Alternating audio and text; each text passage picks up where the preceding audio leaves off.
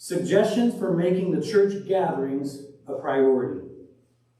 Early church history tells us that Christians would get together every Sunday as the Lord's Day. In Revelation 1:10, it talks about Sundays have become known as the Lord's Day. This is the day dedicated to the Lord. All right? During the week, watch this.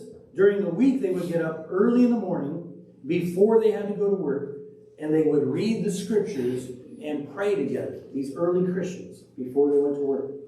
I mean, getting together with other Christians was that important to them for their survival. Satan knows how vital these times are, so he will try his best to convince you that missing just this one time is okay. But pretty soon, just this one time turns into more times, and pretty soon you fall away. There are two types of events, probably more, but two types in life that compete for time with the church. Family trips can be one of those things. Taking trips to the lake for the weekend is a common thing for families to do. Others take trips to visit family members that live farther away. The weekend is usually the best time for people to do those kinds of trips. Right? Well, consider this. Could you get back in time to be with your church family? Could you plan that in your trip? Say, I'm going to be back by Sunday morning to be with my church family. Or, could you worship at another church in that town? Could you look ahead to where you're going, find the church, do some research ahead of time, and visit that church? Or you could also tune in online with our service from there. But don't make it a habit to be away from your church family several weekends a year. Some of your biological family members may not understand this kind of commitment. It is important that you stand your ground on this so that you can be a witness to them of how important it is that God is to you and your church family. And you never know, taking this stand might be the thing that actually leads them to Jesus. When they see you stand your ground, like, no, I'm going to worship God. No matter where I am, if I'm in a different town or whatever, I'm going to worship God. Work is another area that's a struggle for people. On the one hand, we have to work to support our families, right? And God understands that. He knows we have to work. But could you do this?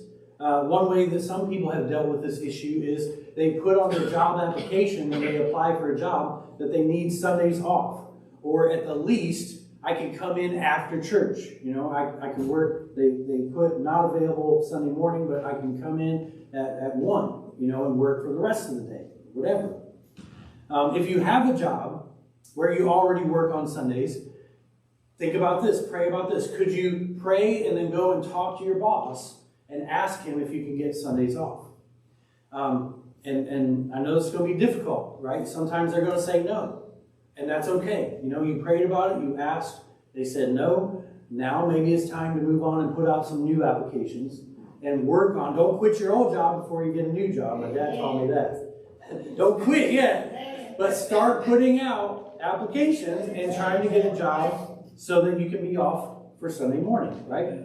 And guys, God has done much bigger things than this, much bigger miracles than, giving people Sunday mornings off. And if he can part a Red Sea, and he can, make a giant fall, and he can I'm pretty sure he can get you a job with Sundays off. Amen. Trust God that he will help you with this. This is a vital moment in your life where you are developing spiritually. Please take the advice of your spiritual leaders now and heed this warning. Not making God and being with God's family a priority will have negative consequences. If you're struggling with anything that was just mentioned, please come and see your spiritual leaders, and we would love to talk to you about this. We love you, we care about your souls, and we want to help you.